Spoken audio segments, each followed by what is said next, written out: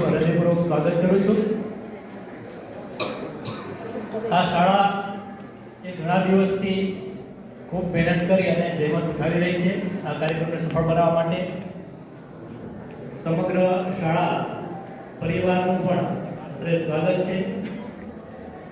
અભિનંદન પણ આપું સાથે, કારણ કે આ ઘણા બધા કલાકો અને ઘણો સમય આપવો પડે, તો એ પણ યાદ કરી અને એમને આવકારું છું। અમારા કાર્યક્રમમાં સહભાગી બન્યા। આપ સૌ જાણો છો કે ઝોન કક્ષાનું એક્ઝિબિશન અને એમાં 6 જિલ્લાઓનો સાયન્સ એક્ઝિબિશન આમ તો અમરેલીને સૌભાગ્ય પ્રાપ્ત માનું છું।